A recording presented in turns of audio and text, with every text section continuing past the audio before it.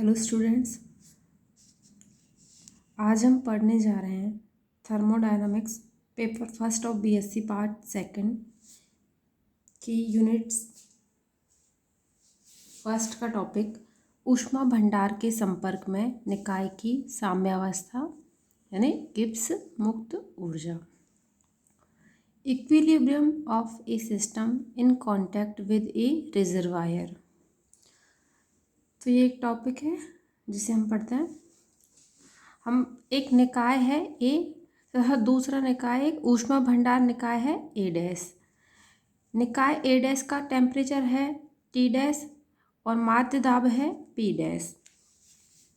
माना एक निकाय ए ऊष्मा भंडार निकाय ए डैश के साथ तापीय संपर्क में है, यानी सिस्टम ए हीट रिजर्वायर सिस्टम ए डैश के साथ थर्मल कांटेक्ट में है और ये दोनों मिलकर एक संयुक्त विलगित निकाय यानी आइसोलेटेड सिस्टम ए स्टार बनाते हैं। तो आइसोलेटेड सिस्टम के लिए हम जानते हैं कि एनर्जी होगी जिसे हमने ई स्टार से डिनोट कर रहे हैं, E star equals to E plus E dash, जो कि कांस्टेंट होगी। ऐसे ही जो संयुक्त निकाय बन रहा है ए तथा ए डैश से मिलकर, उसका आयतन जिसे वी डैश वी स्टार से डिनोट कर रहे हैं, उसका आयतन होगा दोनों निकायों के वॉल्यूम के इक्वल, जो कि कांस्टेंट होगा। अब समीकरण 1 है हमारे पास में। समीकरण 1 का जब अवकलन करेंगे तो हमें मिलेगा डी ई स्टार बराबर D E plus D E dash, जो कि कांस्टेंट है। तो कांस्टेंट का जब डिफ्रेंशिएशन करेंगे तो ये 0 मिलेगा। इस इक्वेशन से हम लिख सकते हैं D equals to minus of, इसको इधर लेके जाएंगे तो ये हो जाएगा minus of D E dash. इसको हमने इक्वेशन 3 नाम दे दिया। ऐसे ही समीकरण 2 से D V star equals to D V plus D V dash, constant है तो कॉन्स्टेंट का डिफ्रेंशिएशन करेंगे तो 0। इस इक्वेशन से डी वी इक्वल्स टू, इसको इधर लेके जाएंगे तो माइनस डी वी डैश, इसको हमने नाम दे दिया समीकरण 4। अब हम मानेंगे, माना संयुक्त निकाय ए स्टार जो कि ए तथा ए डैश से मिलकर बना हुआ माना है हमने। मैं निकाय ए के बाह्य प्राचल, निकाय ए के बाह्य प्राचल क्या माना है, एक्सटर्नल पैरामीटर्स एक्स एवं एक्स प्लस डी एक्स के मध्य अभिगम्य स्तरों की संख्या ओमेगा स्टार एक्स है। तो हम उसको कैसे लिख सकते हैं, तो हम प्रायिकता के सिद्धांत से अभिगम स्तरों की संख्या जो संयुक्त निकाय है ए स्टार, उसके लिए वो किसके इक्वल होगा, जो दोनों निकाय हैं उसके लिए इंडिविजुअल अलग अलग जो अभिगम्य ऊर्जा स्तर हैं उनके मल्टीप्लिकेशन के इक्वल होगा। प्रायिकता के सिद्धांत से हमने पहले वाले जो डेरिवेशन किए हैं उनमें भी हमने लिखा कि जो निकाय ए तथा ए डैश से मिलकर जो संयुक्त निकाय बन रहा है हमारा, उसके अभिगम्य स्तरों की संख्या जो हमारे पास निकाय ए तथा निकाय ए डैश है उन दोनों के अलग अलग अभिगम्य स्तरों की संख्या के मल्टीप्लिकेशन के इक्वल होगा। इसे हमने नाम दे दिया इक्वेशन 5। अब दोनों ओर लॉग लेंगे तो लॉग ले लिया हमने L N omega star X equals to, इधर भी लॉग लगा दिया। अब लॉग की प्रॉपर्टी होती है लॉग ऑफ ए बी को हम लिख सकते हैं log of A plus log B, ठीक है। तो नेक्स्ट स्टेप में हम इसको लिख देंगे L N omega X plus L N omega dash X. हम नेक्स्ट स्टेप होगा L N omega star X equals to L N omega X plus L N omega dash X. अब इस equation को हम दोनों ओर के से मल्टीप्लाई करेंगे तो क्या मिलेगा हमें, दोनों ओर हमने के से मल्टीप्लाई कर दिया तो के L N omega star X equals to K L N omega X plus K L N omega dash X. अब हम जानते हैं कि एंट्रोपी होती है S equals to K L N omega. तो अब हमें ये जो इक्वेशन है उसको हम एंट्रोपी के फॉर्म में लिखते हैं। तो के L N omega star X star वाले नोटेशन हम किसके लिए यूज कर रहे हैं, निकाय ए स्टार के लिए, तो इसकी एंट्रोपी को भी हमने स्टार वाले नोटेशन से दर्शा रहे हैं। ये हो जाएगा निकाय ए के लिए एंट्रोपी, जिसको एस एक्स से प्रदर्शित कर रहे हैं। ये हो जाएगा निकाय ए डैश जो कि हीट रिजर्वायर है, उसके लिए एंट्रोपी, उसको हम एस डैश एक्स से दर्शा रहे हैं। अब यहाँ हमने एंट्रोपी को क्या बोला कि एस का एक फंक्शन है, तो यहाँ एक्स मल्टीप्लिकेशन में नहीं है। जैसे हम अभिगम ऊर्जा स्तरों को एनर्जी और बाह्य प्राचल के फंक्शन के रूप में दर्शाते हैं, ऐसे ही यहाँ हमने इसको एंट्रोपी को एक्स के फलन के रूप में माना, बाह्य प्राचल एक्स के फलन के रूप में। तो सिंप्लिसिटी के लिए हम इसको S star equals to S plus S dash. अब इसका अवकलन करेंगे इक्वेशन 6 का, तो हमें मिलेगा del S star equals to del S plus del S dash. इसको हमने नाम दे दिया इक्वेशन 6। अब माना यदि ऊष्मा भंडार ए डैश, ये जो ऊष्मा भंडार ए डैश है, ताप टी डैश पर इसका ताप है, टी डैश पर क्यू डैश ऊष्मा अवशोषित करता है। निकाय ए डैश है, ताप टी डैश पर क्यू डैश ऊष्मा, निकाय ए से क्यू डैश ऊष्मा अवशोषित करता है। तो निकाय ए डैश की एंट्रोपी में परिवर्तन को हम किस तरह से लिखेंगे, del S dash equals to Q dash upon T dash. इसको हमने नाम दे दिया इक्वेशन 7। अब ये वाला इक्वेशन हमने कैसे लिखा, क्योंकि हम जानते हैं कि डेल क्यू होता है टी डी एस, तो उस वाले इक्वेशन के अकॉर्डिंग ही हमने निकाय ए डैश की एंट्रोपी में परिवर्तन को किस तरह से लिखा, डेल क्यू बराबर होता है टी डी एस। ठीक है, तो डी एस हो गया डेल क्यू अपॉन टी।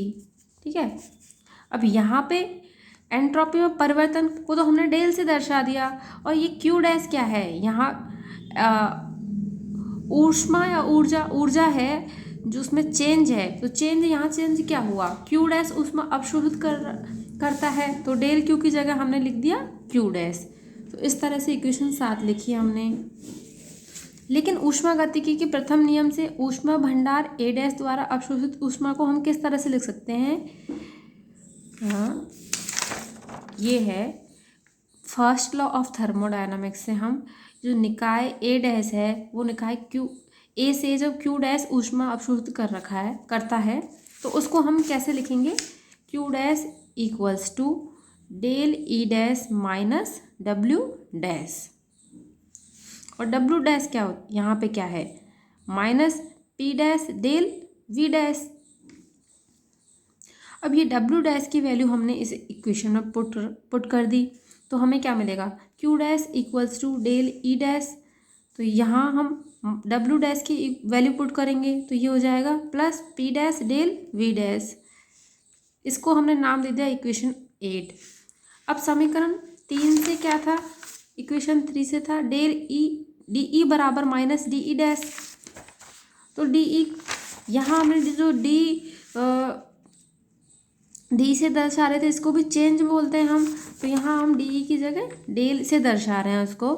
तो डेल जैसे डी ई बराबर माइनस डी ई डैश था, इसको हम कैसे लिख सकते हैं, डेल ई बराबर minus of del E dash. तो इक्वेशन 3 से हमने लिख दिया डेल ई बराबर minus of del E dash.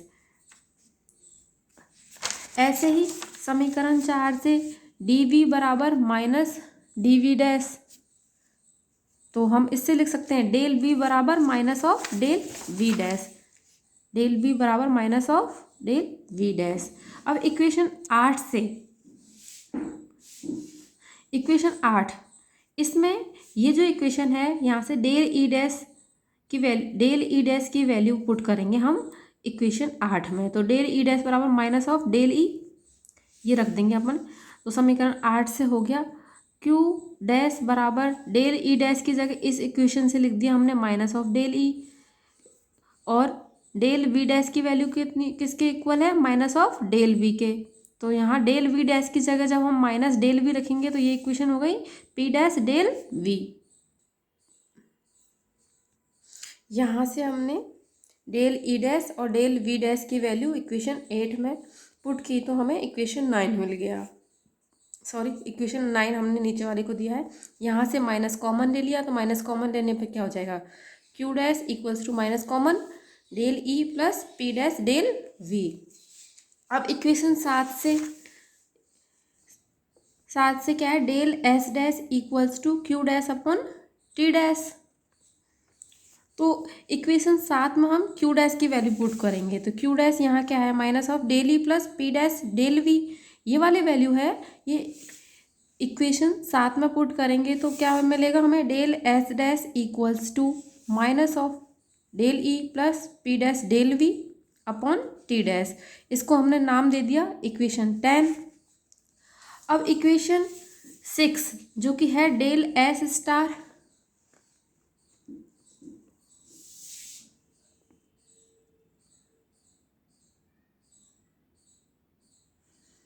Del S star equals to del S plus del S dash.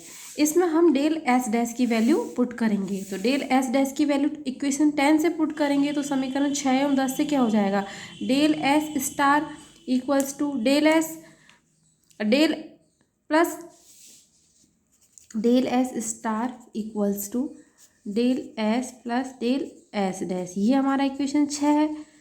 तो इक्वेशन 6 में जब डेल एस डैश वाली की वैल्यू है, ये डेल एस डैश है minus of del E plus ये वाली जो वैल्यू है ये इसमें पुट करेंगे तो हमें ये इक्वेशन मिल जाएगा, डेल एस और फिर डेल एस डैश की वैल्यू रखी तो del E plus P dash del V upon T dash.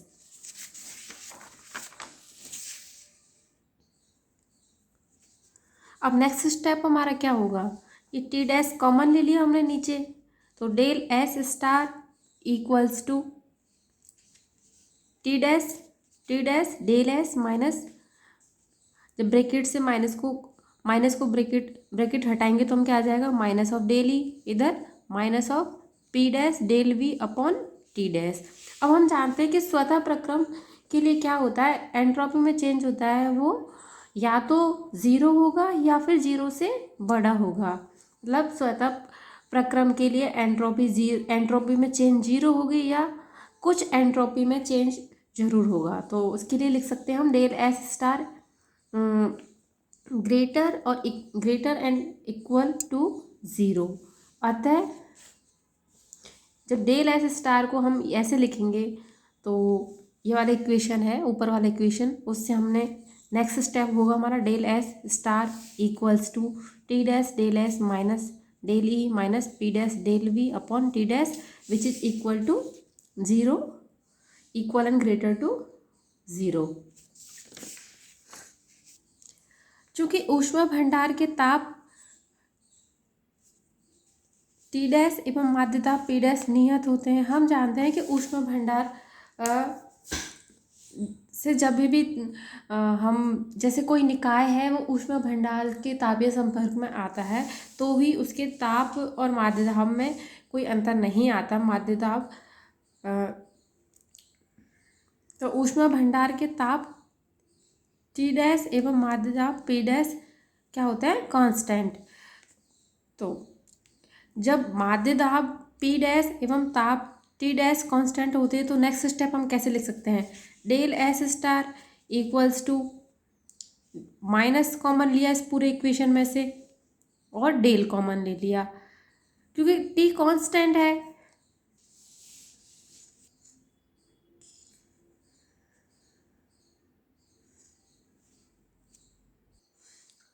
यहाँ डेल कॉमन ले लिया तो plus E plus minus common ले लिया तो ये क्या हो जाएगा, पी डैश वी, और जब माइनस कॉमन लिया तो प्लस वाला क्या हो जाएगा, माइनस, तो minus T dash S upon T dash. ऐसे कैसे लिख दिया। अब ये जो ब्रैकेट के अंदर जो भी टर्म है वो क्या है, गिब्स मुक्त ऊर्जा फलन जी बराबर E plus P dash V minus T dash S.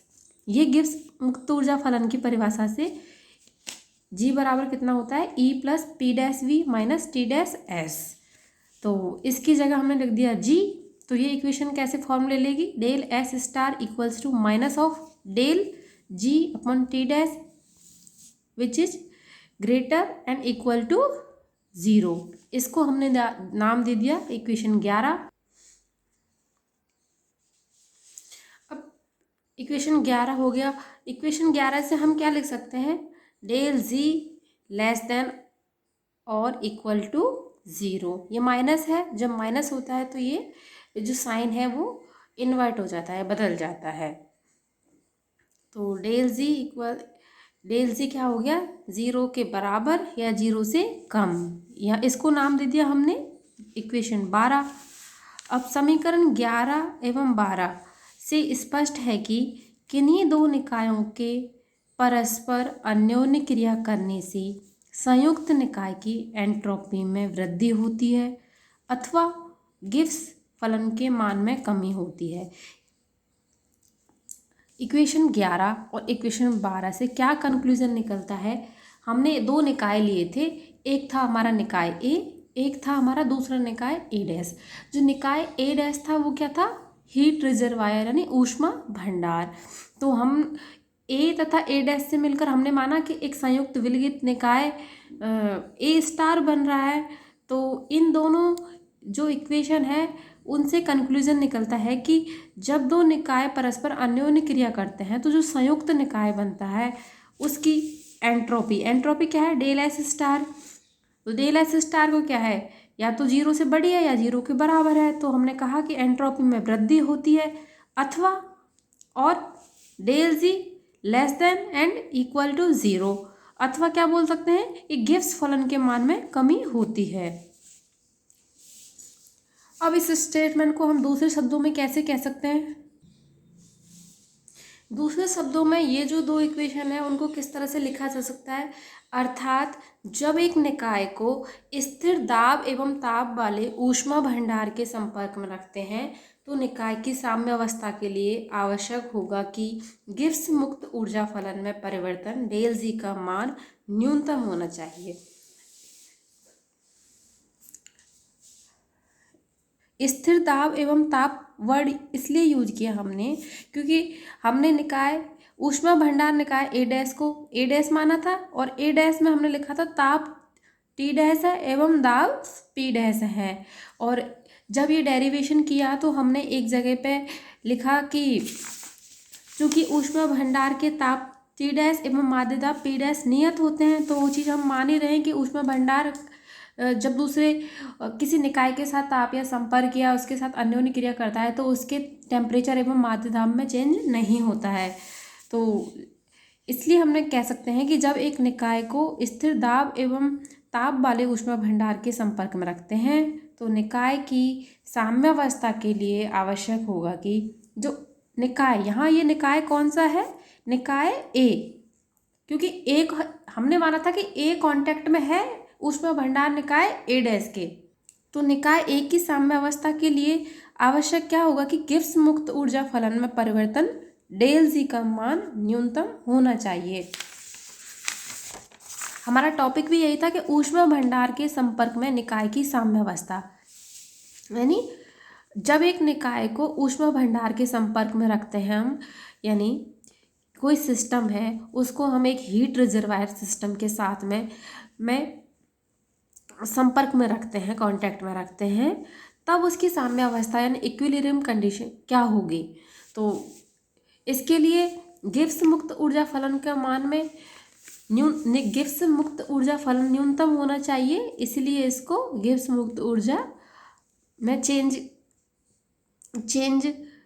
से दर्शाते हैं, या इस टॉपिक का नाम ऊष्मा भंडार के संपर्क में निकाय की साम्यावस्था डैश गिब्स मुक्त ऊर्जा कहा, इसका टॉपिक का नाम रखा गया। ये वाला जो टॉपिक है, ये क्वेश्चन, ये जो टॉपिक है या जो टाइटल है ये वाला, जो आपका सेक्शन बी आता है उसमें 5 मार्क्स का क्वेश्चन आता है, उसमें ये प्रश्न पूछा जाता है। तो खंड ब के हिसाब से आप इस डेरिवेशन को अच्छे से पढ़ लें। इसमें ज़्यादा कुछ नहीं है, एक दो स्टेप है कि एक तो ऊष्मा भंडार है, तो ऊष्मा भंडार क्या है, इसके ताप T डैश एवं P डैश कांस्टेंट होते हैं। ये वाली चीज़ याद रखनी है। एक जब एक चीज़ हमें ये ऊष्मा भंडार A डैश निकाय A से Q डैश ऊष्मा अवशोषित करता है तो उसकी एंट्रोपी में चेंज क्या होगा, ये याद रखना है। इसके अलावा जो ये दो टर्म है इक्वेशन 7 और ये जो है ये याद रखनी है। और फिर आपको एस स्टार बराबर एस प्लस एस डैश, ये वाली इक्वेशन 6 है उसमें एस डैश की वैल्यू पुट करनी है। और इस तरह से जो आपका del G less than and equal to 0 वाला जो इक्वेशन है 12 वो हमको मिल जाएगा। तो ऊष्मा भंडार के संपर्क में निकाय की समव्यवस्था के लिए गिब्स मुक्त ऊर्जा फलन 0 या न्यूनतम होना चाहिए। नेक्स्ट टॉपिक हम पढ़ेंगे प्रावस्थाओं में संतुलन यानी equilibrium between phases. Thank you.